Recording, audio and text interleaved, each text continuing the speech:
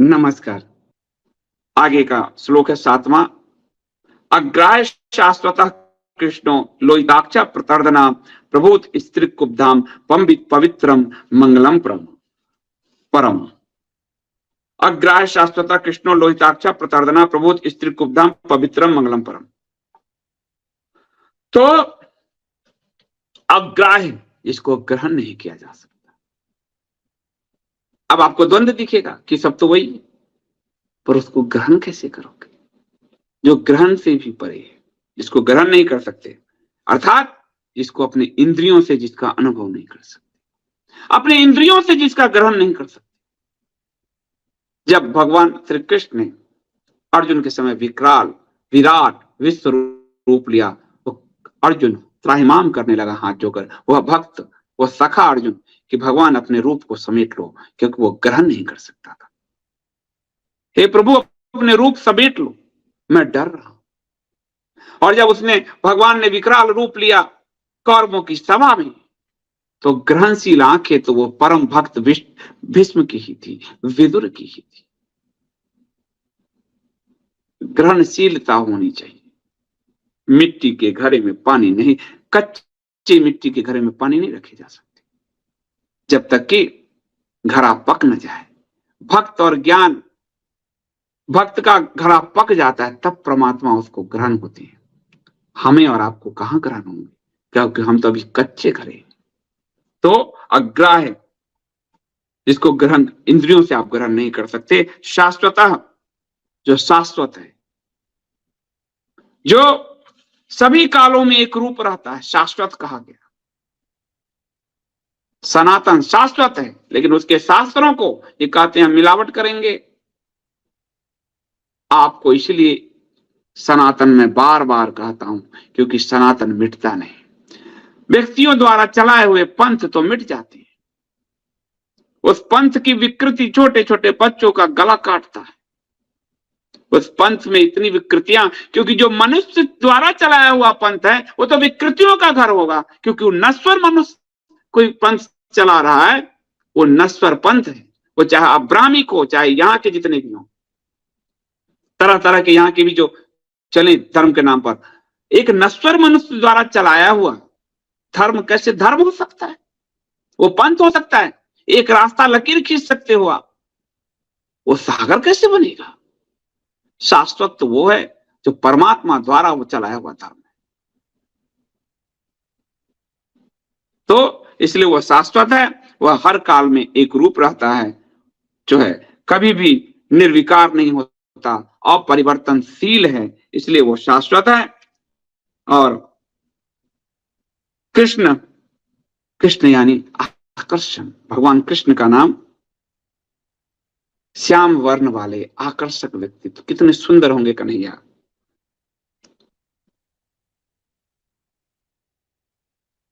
और कृष्ण का अर्थ है आनंद। कृष्ण धातु में ना प्रत्यय जब लगेगा तो हो जाएगा आनंद, सुंदर आनंद। चिदानंद कहा गया परमात्मा को, वो कृष्ण रूप है।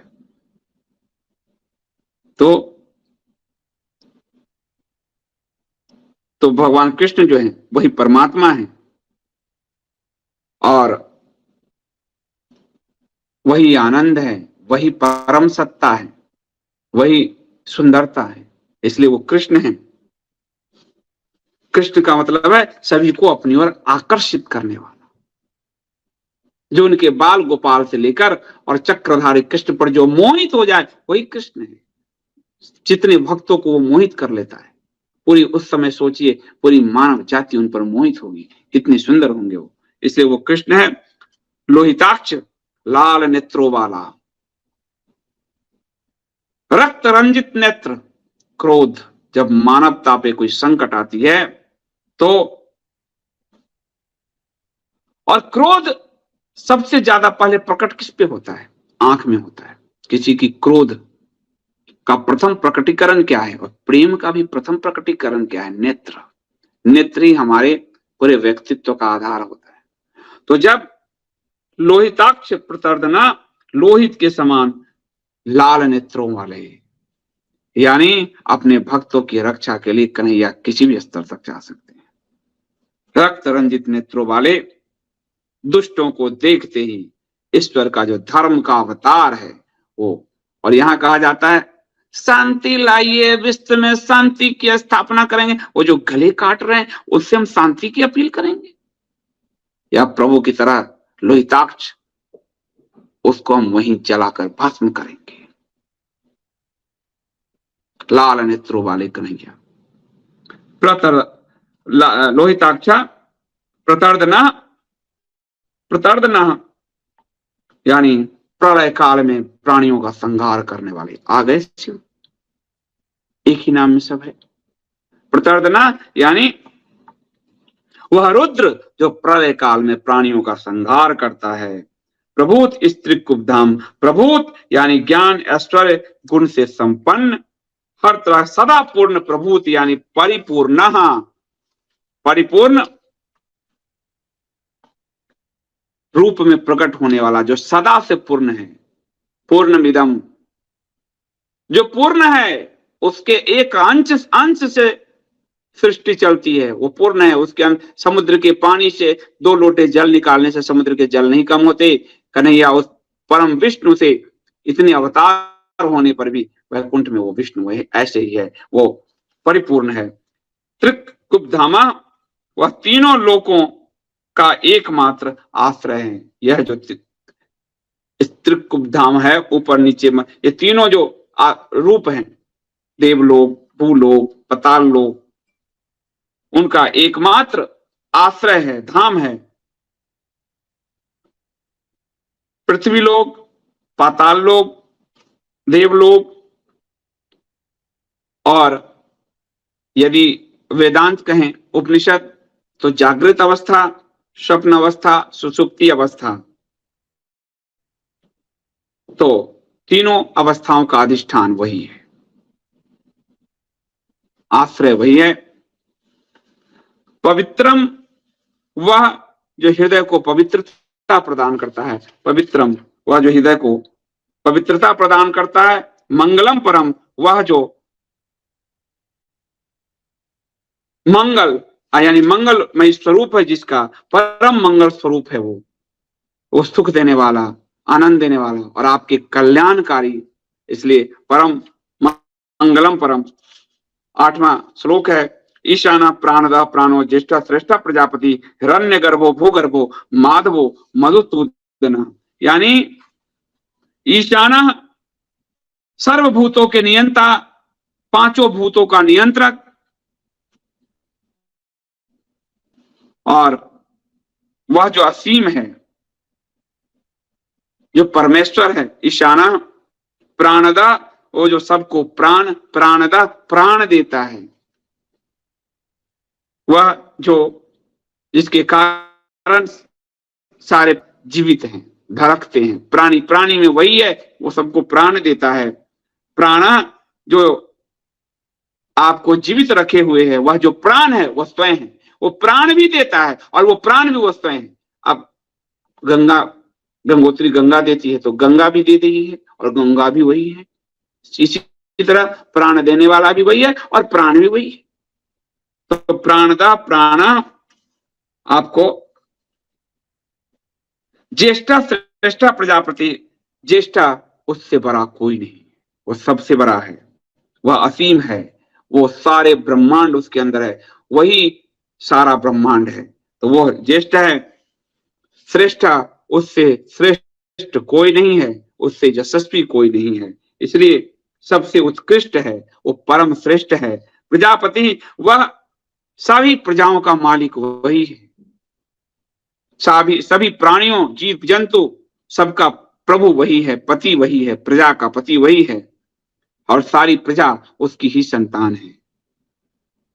वही इसीलिए परमात्मा है, वो परमेश्वर है, वो परम पिता है, क्योंकि वो सभी जितने कण कण पेड़ पौधे, मनुष्य से लेकर पेड़ पौधे पत्ती तक सब का वो पिता है, इसलिए वो परम पिता है। हिरण्यगर्भ जो विश्व के, हिरण्य मतलब विश्व के गर्भ में वास करते हैं, हिरण्य गर्भ से पृथ्वी का रूप निकला। तो ब्रह्मांड हिरण्यमय अंड के भीतर ब्रह्म रूप से व्याप्त रहने वाले उस ब्रह्मांड रूपी हिरण्यमय गर्भ के अंदर जो वास करता है, जो उस अंड के भीतर ब्रह्म के रूप में व्याप्त है, वही ब्रह्म उस हिरण्य गर्भ को फाड़ कर निकला, कहते हैं ना। तो जो विश्व के गर्भ में हिरण्य यानी ब्रह्मांड के गर्भ में जो वास करता है, हिरण्य गर्भ, भूगर्भ, पृथ्वी के गर्भ में जो रहता है, पृथ्वी का कारक भी वही है। माधव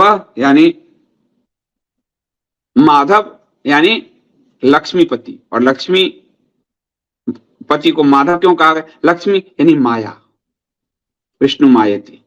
आज के संबंध में धन भी देखोगे माया ही है ना, एक तरह से धन, माया से पूरी सृष्टि चल रही है ना। तो विष्णु की माया लक्ष्मी, और इसीलिए माया के जो पति हैं वो माधव है, महालक्ष्मी के पति। और उपनिषद कहते हैं, छांदोग्य उपनिषद, कि माधव का अर्थ है वह ईश्वर जो शांत है, और पुराण कहते हैं वह ईश्वर जो मायापति है, इसलिए माधव है। और मधुसूदना यानी अभी दुर्गा पूजा में आप पढ़ रहे हैं, मधु कैटभ नामक राक्षस का अंत करने वाले, मधु का यानी मधु रूपी मधु नामक राक्षस का सूदन दमन करने वाले, असुर का नाश करने वाले माधव हैं वो। तो नौवां है ईश्वरो विक्रमी धन्मी वेदाभि विक्रम क्रम अनुत्तमो दुराधर्ष कृतज्ञ कृतिरात्मवान। ईश्वर यानी ऐश्वर्य सर्वशक्तिमान, सारी शक्तियां उसी में पूर्ण रूप से समाहित है। विक्रमी वह जो विक्रम, साहस, निर्भीकता से परिपूर्ण है, जो भारत का विभाजन कराने वाला नहीं, ये इतना कायर था कि अहिंसा का राह लागने लगा, थप्पड़ खा के दूसरा गाल बढ़ाता था। वो आपका आदर्श नहीं होना चाहिए। विक्रमी विष्णु आपके आदर्श होना चाहिए, जो साहस, निर्भीकता से पूर्ण है और जो सूरवीर है। धनवी अर्थात धनवी यानी सारंग धनुष को धारण करने वाला, जिनके धनुष का नाम भी है सारंग धनुष। दिव्य धनुष को सारंग कहते हैं, सबसे शक्तिशाली अस्त्र वही है। तो जो सारंग धनुष को धारण करता है, मेधावी जो अत्यंत बुद्धिमान है, अतिशय बुद्धिमान है। विक्रमा जो है, विक्रमा यानी फिर से वही, और यहां पर विक्रमा का जो पुनरावृत्ति हुई है वो हुई है जो गरुड़ पक्षी पर सवारी करता है, जो और जो पूरे 3 पग से अपनी पृथ्वी को नाप सकता है। वामन अवतार की बात है, यहां पर 3 पग से उन्होंने नापा था। और विक्रमा यानी पक्षियों का राजा गरुड़, जो गरुड़ की गति से यात्रा करता है, जिसकी सवारी गरुड़ है, जो गरुड़ की सवारी करता है वो विष्णु है। यहां विक्रम का अर्थ 2 विक्रम हो गए।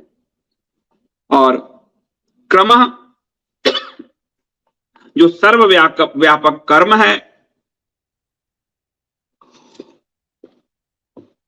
जो सारे जो है आपको क्रम विस्तार जो है सर्वव्यापक है, वो अनंत है, इसलिए वो क्रमा। अनुत्तमा वो जो महिमा में अतुलनीय है, जिसकी तुलना हो सकती, वो अनुत्तम है, सर्वोत्कृष्ट है। और दुराधर्ष ऐसा योद्धा जिस पर कोई आक्रमण करने से घबराए, दुराधर्ष, ये हमारे प्रभु का नाम है। और आज आपको दिन में बताया हमारी माँ दुर्गा से शस्त्र छीन के और संगी और वामी क्या कर रहे हैं। दुराधर्ष जिसको घेरा नहीं जा सकता, जिस पर आक्रमण नहीं किया जा सकता, जिस पर धावा नहीं बोल जा सकता, वह इतना बलशाली है कि उस पर आक्रमण करने पर असुर भी घबराते हैं। तो वो ऐसा दुराधर्ष बलवान है कृतज्ञ वह जो सबके द्वारा किए गए कार्यों को जानता है और जो अपने भक्तों के प्रति कृतज्ञ है, जो पुष्प फूल आदि से भी, शालिग्राम की पूजा केला और दूध से भी करता है, तो कृतज्ञता से भर जाता है कि मेरे भक्त ने मेरी पूजा की, मेरी भक्त ने मेरी आराधना की। वो भक्तों के प्रति उतना दयालु है कि वो कृतज्ञता से भर जाता है। और हम और आप, हमारा जो मदद किसी ने किया उसके प्रति भी कृतज्ञ नहीं होते, कृतज्ञ हो जाते।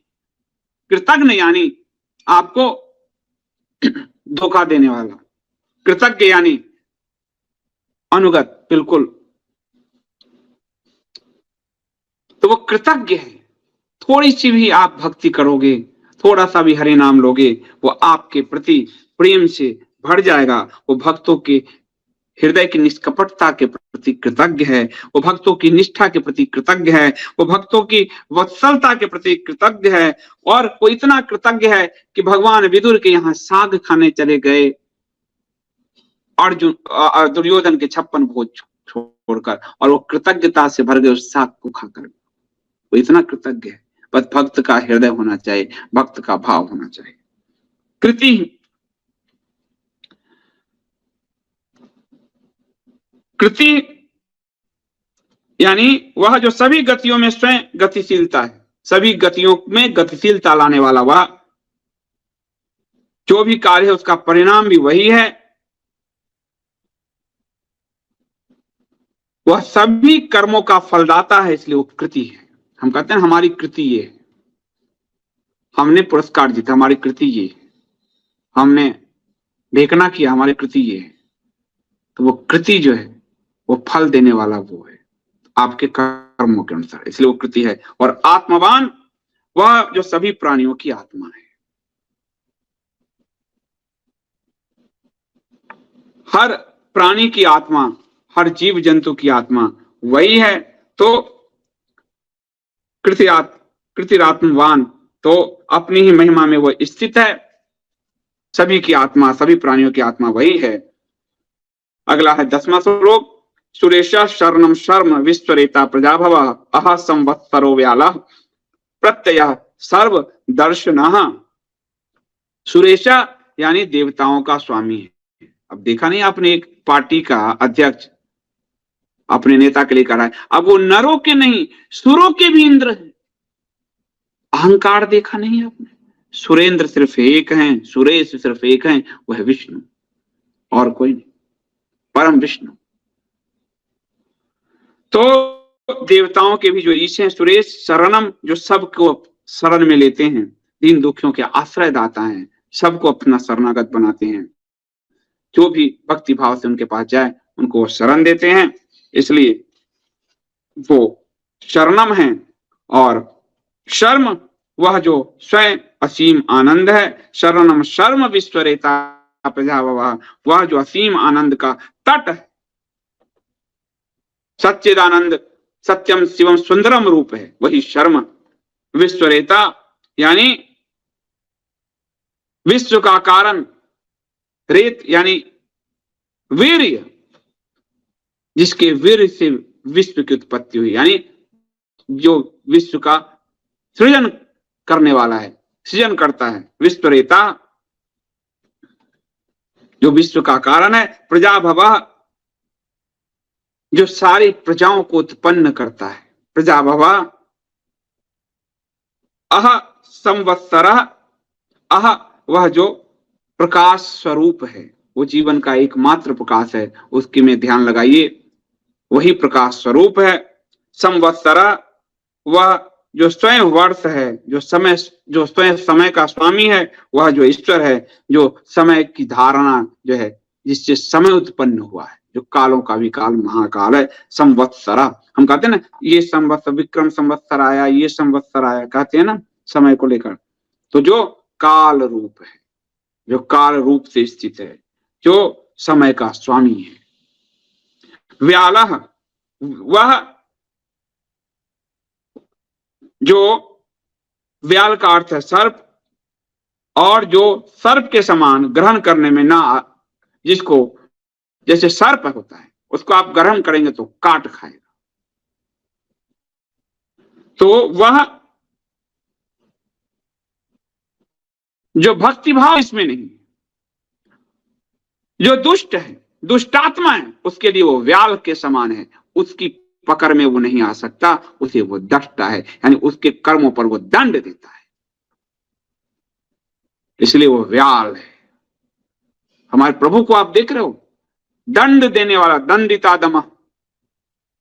और आज के शासक मलेच्छवाद कर रहे हैं, तुष्टिकरणवाद कर रहे हैं, पासमानदावाद कर रहे हैं, वो शाहीनबाग कर दें, वो हमारे लाल किला के झंडे उठाकर फेंक दें, तब भी दंड नहीं देते। तुष्टिकरण में भगवान व्याल हैं, सर्प की तरह हैं, जो दुष्टों को दंड देते हैं, डस लेते हैं। डस यानी उनके कर्म ही उनको डस लेता है, व्याल सर्प। प्रत्यय, जिसको उत्तम बुद्धि से ही जाना जा सकता है, इसलिए वह ज्ञान स्वरूप है। उस ज्ञान की प्राप्ति उस उत्तम बुद्धि से ही हो सकता है, वो परम ज्ञान है। और जब तक आपकी चेतना का विकास नहीं होता, तब तक अपने अंदर छिपे उस परम विष्णु को आप नहीं जान सकते। इसलिए वह जो है उत्तम बुद्धि से जाना जाने वाला है, चैतन्य है, वह शुद्ध ज्ञान है, यह वह ब्रह्म है, इसलिए वह प्रत्यय ज्ञान स्वरूप है, वह ईश्वर। प्रत्यय सर्वदर्शना, यह सबका दृष्टा है, सब देखने वाला है, उससे कुछ भी छुपा नहीं है। और केनोपनिषद कहती है, वह जिसे आंखें देख नहीं सकती, लेकिन जिसके कारण आंखें देखती है। आप उसे नहीं देख सकते, लेकिन वो आपकी आंखों से ही आपको देख रहा है, वो जिसके कारण आंखें ये देख रही। अंतरात्मा बंद करोगे तो अपनी आत्मा में पता चलेगा कि कितनी चोरी चकारी, कितनी तुष्टिकरणवादी नीति चला रखे हो। सर्वदर्शना, लेकिन आंखें निर्मल हो, विष्णु हो, तो अगर आंखों में असुर भरे हो, पासमानदा टाइप, तो फिर कुछ नहीं दिखता, तब तो व्याल ही दिखेंगे। वह आंखों में दृष्टा है, कानों में श्रोता है, वाणी पे वक्ता है, अनुभव करता है, वह चिंतक है, वो परमात्मा है, वह चेतना है, वह सर्वदर्शना है।